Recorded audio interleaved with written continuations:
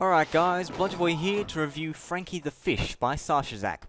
Now just to start off, this level is very, very long. The recording from start to finish was 28 minutes in length, and that was my second playthrough, so I knew how to get past certain sections without thinking too much. This level takes quite a bit of time to complete, so don't play it if you don't have around 30 to 40 minutes to spare, or if you're impatient. Because this level takes so much time to complete, I'll just show you some highlights of the level in the background whilst I give you my 2 cents.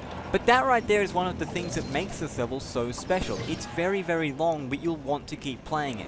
You'll need a bit of determination and patience, but it's a really fun ride if you can stick with it. If you've played the darkness in the wedding section of the main story in LittleBigPlanet, you'll understand the concept here. Essentially, you are rescuing your friend, Frankie the Fish, from a tinned fish factory, and you have to work together with him to complete a whole ton of puzzles and platforming sections before making your way out the back door. Even though Frankie is AI controlled, another reason this level has such charm is because you feel like Frankie is actually playing with you.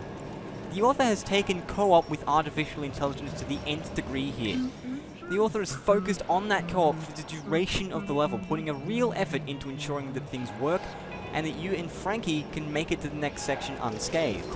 The look is consistent and relatively simple. It looks like an old factory, as it should. Dangerous areas are marked as such, and arrows made with bubbles lead you from one puzzle to the next. There was one part where I did get stuck early on, and I actually had to ask the author personally how to get through, but other than that, it's really easy to navigate. And the gameplay is absolutely fantastic. As I said before, it's all about you and Frankie working together as a team. All the challenges are different, and yet they all work off the same "you scratch my back and I'll scratch yours" architecture. Each challenge is unique, and most are straightforward, although some will require a little thought before you rush into things.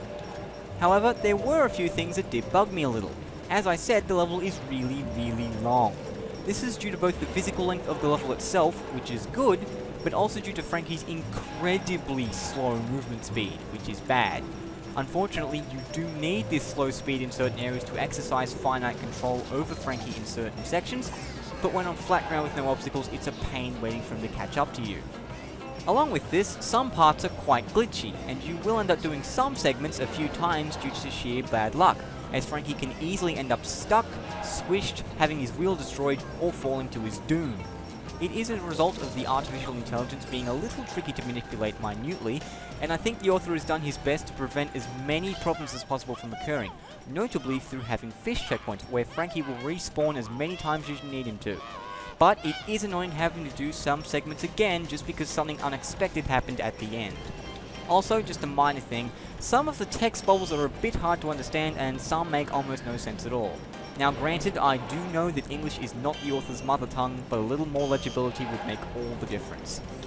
All up, this level portrays sheer mastery of co-op platforming and puzzle solving with a technically proficient atmosphere and a dazzling length even when Frankie's transportation speed is ignored.